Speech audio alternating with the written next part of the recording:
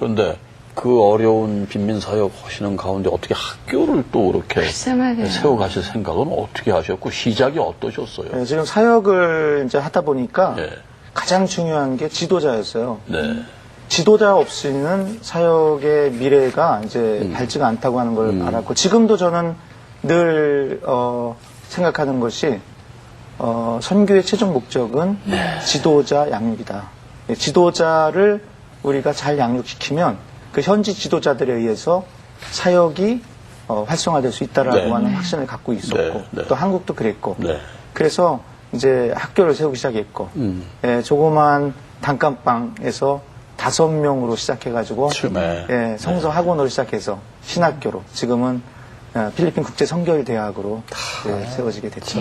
이제는 어떻게 졸업생들 숫자도 꽤 되겠습니다. 네, 졸업생들이 한 200여 명 이제 나가서 졸업생들은 지금 저희가 지금 교회가 저를 통해서만 한 100개 교회가 이제 세워졌고요. 지역에. 그러세요. 네, 그리고 저희 교단만 해도 지금 한 350개의 현지 교회가 세워졌는데 그 각 지역마다 아주 중요한 교회로서, 그리고 그곳에서 주도적인 역할을 중추적인 역할을 할 수 있는 하고 있는 지금 학생 그 지도자들이 다 저희 학교 출신들이죠. 아이고.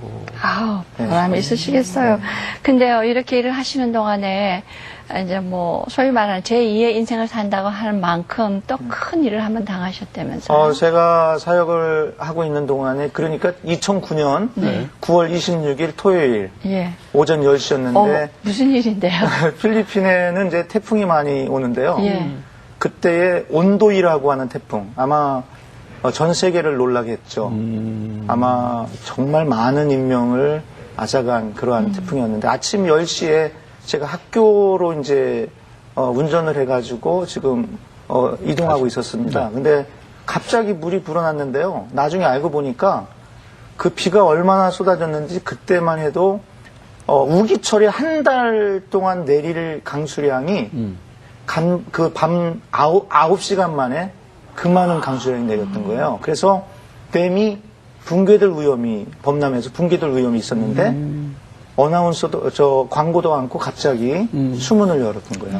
근데 제가 이제 동네를 빠져나가면서 중간쯤 갔을 때 물이 붓기 시작하면서, 수문에서 이제 내려온 물이 붓기 시작하면서 제 차에 잠겼죠. 근데 갑자기 차 엔진이 꺼지고, 이제 문이 다 잠기면서, 이제 저는 오도갈 데 없는 그러한 시대가 됐고, 물이 점점 차오르는데 가슴까지 차오르왔어요. 근데 저희 집사람한테 휴대폰을 전화하면서, 궁금해하지 마라, 내가 떠나도. 내가 이 동네 안에서 지금 물이 불어서 갇혀서 내가 죽게 된 것 같다. 이러고서 전화가 끊어졌어요. 그러니까 저희 집사람이 뭐 중보 기도자들한테 연락해서 기도하고, 정말 상상할 수 없는 일들이 이제 벌어진 거죠. 근데 물은 점점 차오르고 제 목까지 차오르게 됐어요. 차 안에 갇혀 있는 거죠. 차 안에 갇혀서. 그러면서 그 순간에 제가 그동안 18년 정도 된 그 사역의 과거를 떠오르게 됐고, 하나님, 이곳에서 이렇게 끝난다면 지금 시작해 놓은 대학이라든가 이 사역지는 어떻게 하란 말입니까? 그리고 저희 딸 하나가 있는데 우리 딸은 어떻게 합니까? 하면서 이제 그때 잠시 기도하면서 하나님이 오라 하시면 가야죠 하고 체념하고 있었는데, 이제 물이 1분이나 2분 후면 제가 이제 완전히 잠겨서 죽는 거예요. 그런데 갑자기 주변에 아무도 없고 다 대피했는데, 이 가슴까지 오는 그 물살을 헤치면서 오는 두 남자를 발견하게 됐습니다. 저한테 다가오는 거예요. 그러더니 차 창문으로 이렇게 틈 사이로 보면서 제가 있으니까 이제 뒷문을 뜯기 시작했어요. 뒷문을 뜯고서 저를 이제 끌어냈죠.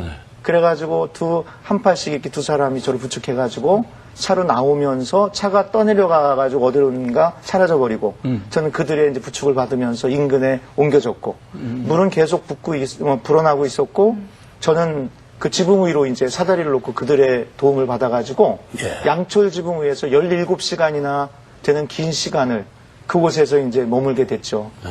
하나님께서 두 천사를 보내신 거예요. 그분들은 도대체 그 위험한 지역을 그분들이 보니까 외항선을 타는 외항 선원님들이었어요. 선원들. 이게 물을 무서워하지 않았고요. 세상에. 그러면서 제 간증을 듣고 나서 뭐라고 얘기하냐면요.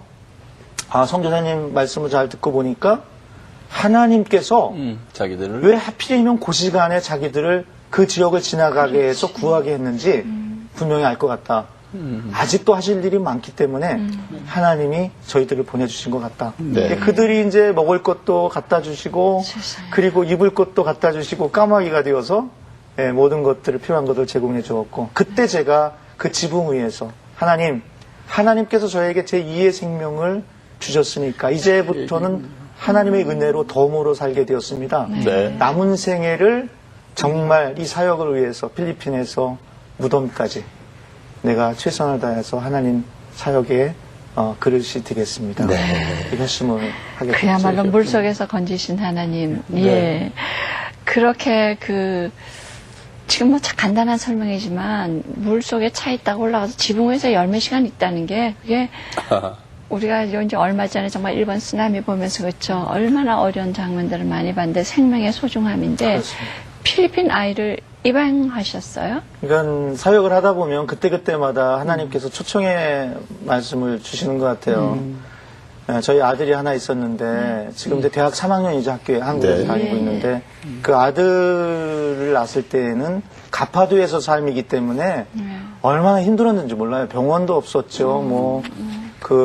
좀 물도 없지, 전기도 없지. 그러니까 아플 때면 그냥 하나님께 촛불 켜놓고 기도할 수밖에 없었어요. 그래서 네. 새벽마다 제가 하나님, 우리 아들 하나만 잘 키워주실 수 있다면 하나로 족하겠습니다.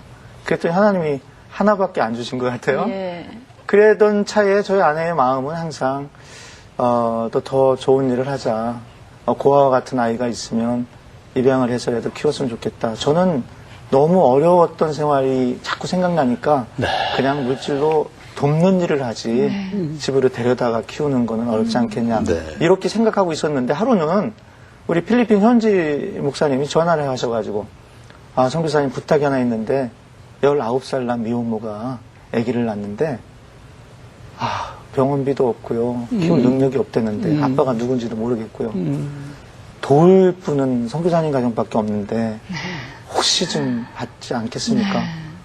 제가 또 갈등을 느끼는 거예요. 저희 집사람은 준비가 된 것 같아요. 네네. 그래서 기도실에서 이제 제가 그걸 놓고서 기도하는 거예요. 하나님 받아야 됩니까? 말아야 됩니까? 그런데 분명한 거는 기도할 때마다 하나님은 받아야 된다는 거죠. 그렇죠. 그 한 영혼이 너무나 소중하다고 하는 것을 말씀으로 들려주셔요. 그래서 제가 일주일 만에 갈등을 느끼면서 받았어요. 네. 그랬는데 이제 학교 퇴근하고 집에 딱 도착했는데 아직 안 왔어요. 그러더니 조금 후에 고생하면 그 먼 곳에서 이제 아기를 데려왔는데 너무 작아요. 너무 작아요. 작아. 저는 그렇게 작은 아이를 본 적이 없었어요. 조산을 한 거예요. 조산. 7달 만에. 근데 일주일이 됐다고 하는데 1.7kg. 아이고. 너무너무 조그만 인형 정말 같아요. 인큐베이터에 들어가는 그런 애인데. 인큐베이터도 못 들어갔죠. 그러니까. 그래가지고 이제 뉘어놨는데 울지도 않아요. 그래서 제가 보는 순간에 이제 만났으니까 기도를 해야 될 거 아니에요. 기도를 하려고 기도 하나님을 부르고 나서부터는 그냥 눈물이 터져가지고 제가 기도를 못 맺었어요. 예. 그 이유는 너무너무 불쌍해서 얘가 살 수 있을까? 그 불쌍해서 그렇고 두 번째는 제가 너무 부끄러웠어요. 이렇게 불쌍하고 귀한 생명을 받지 않으려고 갈등을 느꼈던 제 자신이 너무 부끄러워서 하나님께 울면서 기도했죠. 네. 그랬는데 그 과거에 어려웠던 시절에 키웠던 어린아이는 울고 힘들고 어려웠던 그 힘들었던 생각들이 다 이제 씻어졌어요. 왜냐하면 먹고 자고만 하는 거예요. 울지를 않고. 알고 보니까 지금 생각해 보니까 너무 열약하니까 힘이 없어서 울 힘이 없었나 봐요. 그렇군요. 근데 지금은 얼마나 하나님의 축복 속에서 지금 잘 얼마나 지내는지. 됐죠, 그러면 이제? 지금 2년 하고서 4개월 됐습니다. 뭐 지금은 복덩이가 됐죠. 예. 우리 성빈인데 성빈이. 딸님이 우리 딸? 딸입니다. 딸. 그래서 성빈이를 볼 때마다 정말 하나님의 은혜를 다시 한번 깨닫게 되고 이렇게도 한 하나님께서는 생명을 많은 귀하구나. 일들을 하나님께서는 그 가파도에서 고생을 네. 전 선교사님 시키시고 성빈이의 아버지가 되시기까지 하나님의 섭리가 있으셨던 것 같아요. 네. 근데요, 목사님, 네. 그 가파도가 제주도에서도 좀 제법 가나요? 제주도에서요, 그 제주공항에서 버스를 타고 모슬포항에 가면, 가서, 예. 모슬포항에서 배를 타고 또 한 40분 정도 가야 그러니까 그 됩니다. 가파도에서 한 섬에서 네. 목사님을 왜 하나님은 필리핀으로 부르셨을까?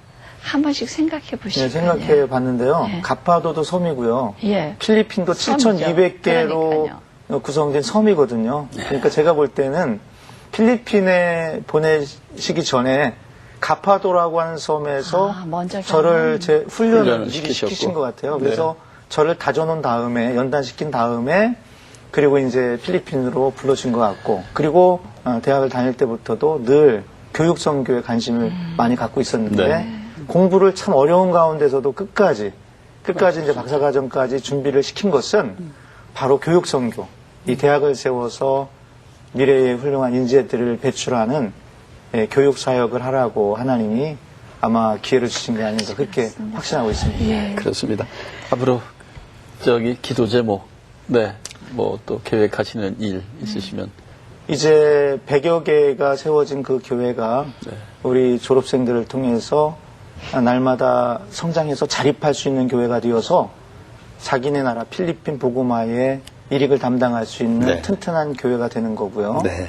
네, 가장 중요한 것 중에 하나는 현재 이제 조그마한 대학이지만 이제 계획하고 추진하고 있는 안티플로 종합대학이죠. 인터내셔널 유니버시티가 잘 세워져서 이제는 믿지 않는 사람들, 네. 심지어는 지금도 중국에 있는 학생들도 20여 명이 와 있고 베트남에도 와 있고 한국에서 일본에서 네. 각 나라에서 와서 지금 학업을 하고 있는데 이제는 일반 학과들 많이 개설이 되어서 더 복음의 접촉점을 갖게 하는 일반 학과들이 많이 세워져서 수많은 동남아시아의 선교지에 있는 많은 학생들이 와서 함께 공부하면서 네. 미래의 훌륭한 주님의 일꾼들로서 사역할 수 있는 그런 일들이 열려지기 위해서 기도하는 거죠. 네. 많은 분들 기도해 주실 줄 믿습니다. 네, 감사합니다. 네. 오늘 귀한 시간 고맙습니다. 네, 고맙습니다. 네, 네. 네. 네, 가파도의 한 목회자가 필리핀으로 가서 대학 총장이 되기까지 권영환 선교사님 한 20여 년 동안 참 많은 일도 있었고 훈련도 받고 연단도 받으셨습니다. 그 와중에 정말 한 영혼이 얼마나 귀중한가를 그 아버지의 마음까지도 또 배우셨습니다.